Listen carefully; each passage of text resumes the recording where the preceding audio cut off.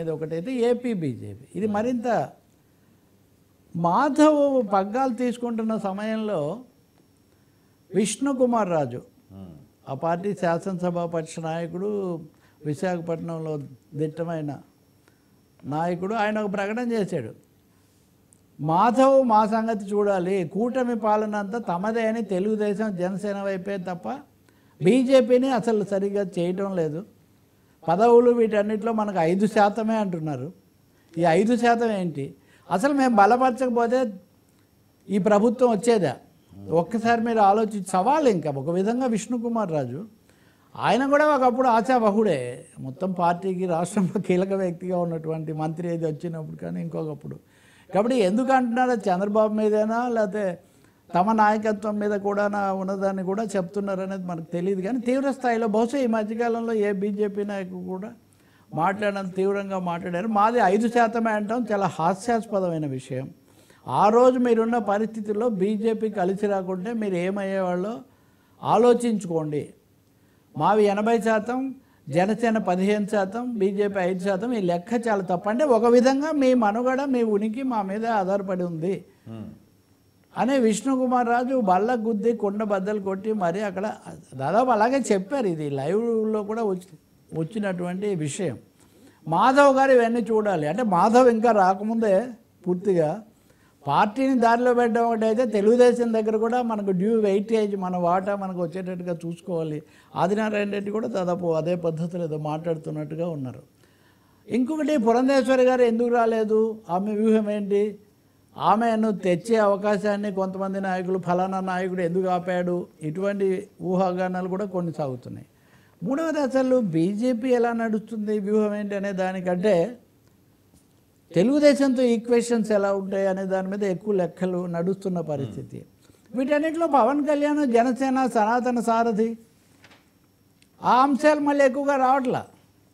ఇంకొంతమంది అయితే చెప్తున్నారు పవన్ కళ్యాణ్ గట్టిగా ఇట్లా నిలబడ్డాడు కాబట్టి తప్పనిసరి అయిపోయి వెళ్ళారు, కానీ లేకపోతే వేరే థర్డ్ ఇది రావడానికి కూడా ట్రై చేసి ఉండేవాళ్ళు ఒక వేరే దీన్ని తెచ్చుకోవడానికి అన్నట్టుగా. కాబట్టి నేను అనుకోవటం ఏపీ బీజేపీ, తెలంగాణ బీజేపీ రెండు చోట్ల కూడా అధ్యక్షుల ఎన్నిక అన్నది ప్రశాంతత కంటే ప్రకంపనలు ఎక్కువగా తెస్తూ ఉన్నది. తెలంగాణలో అన్న కొంత బలం ఉంది. రామచంద్రరావు చెప్పేశారు అధికారంలోకి రావటమే మన పరమావధి అని, గెలవటమే. ప్రభుత్వాన్ని సొంతంగా ఏర్పాటు చేయటం అని చెప్పలేం మనం. అధికారంలోకి రావటం అంటే అధికారంలోకి రావడం కోసం ఏది అవసరమైతే అది చేస్తాం.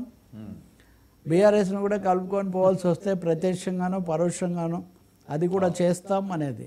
ఇంకొకటైతే జరగలేదు. కొంతమంది తొందరపాటుగా ఊహాగానాలు ఈటెల రాజేందర్ వెళ్ళి సొంత పార్టీ పెట్టుకుంటారని లేదా బీఆర్ఎస్లోకి తిరిగి వస్తాడని ఇలాంటి ఊహాగానాలన్నీ మీడియాలో సోషల్ మీడియాలో నడిచాయి. కానీ నాకున్న అవగాహన లేదా పరిశీలన మేరకు అంత తొందరపాటు పనులు ఈటెల రాజేందర్ ఏమీ చేయరు. కానీ రాజాసింగ్ కూడా చేసేసరికి రాజాసింగ్ ఇలాంటి వాళ్ళందరినీ బీజేపీలో దూకుడుగా ఉండేవాళ్ళు హిందుత్వ ఫేస్ ఆఫ్ హిందుత్వ కదా రాజాసింగ్ ఉన్న పేరు. కానీ ఆయన ఏ రోజు పూర్తిగా మిడింది లేదు. బీజేపీ నాయకత్వం ఎవరి మీద మాట్లాడలేదు, కానీ రాజాసింగ్ మీద మటుకు తీవ్రంగా స్పందించింది. మీకు ఎప్పుడు క్రమశిక్షణ లేదు, మీరు ఎప్పుడు పద్ధతిగా ఉండడం లేదు, మీరు ఎప్పుడు పార్టీ నాయకత్వాన్ని దీని అంతటినీ కూడా చేస్తున్నారని. మరి ఏం చర్య తీసుకుంటారో 14 నెలలు సస్పెన్షన్లో ఉంచారు, తర్వాత ఎలా ముగించారు తెలీదు. ఇప్పుడు చాలామంది ఇప్పుడు లక్ష్మణ్ లాంటి వాళ్ళు కేంద్రంలో కీలక స్థానంలో ఉండి కూడా ఎందుకు తీసుకోలేదు, ఈ సమస్యలు ఈ తలనొప్పులన్నీ మనం భరించలేము అన్న పద్ధతిలో. కాబట్టి ఏపీ, తెలంగాణ తెలుగు రాష్ట్రాల బీజేపీలో వచ్చినటువంటి కల్లోలం అంతర్గత బాహ్య రాజకీయ మార్పులకు దారితీస్తుంది. కొంతమంది చెప్తున్న ఇంకొక మాట, రేపు అవసరమైతే తెలుగుదేశంతో కూడా తెలంగాణలో కూడా కూటమి పెట్టుకోవడానికి బీజేపీ ఆలోచించవచ్చు, వాళ్ళకు కూడా 3-4 సీట్లు ఇచ్చి అనే ప్రశ్నలు కూడా వస్తున్నాయి. కాబట్టి ఇది ఏదో మొదలు, ఇది ముగింపు కాదు, ఇది మొదలు.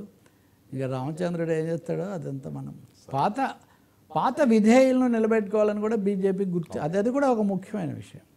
కొత్తగా వచ్చిన వాళ్ళు, వేరే పార్టీలు మారిన వాళ్ళు, నోరున్న వాళ్ళు, ప్రచారం ఉన్నవాళ్ళు, సెలబ్రిటీ స్టేటస్ ఉన్న వాళ్ళే కాదు, మన మూలాలు కాపాడుకుంటే భవిష్యత్తు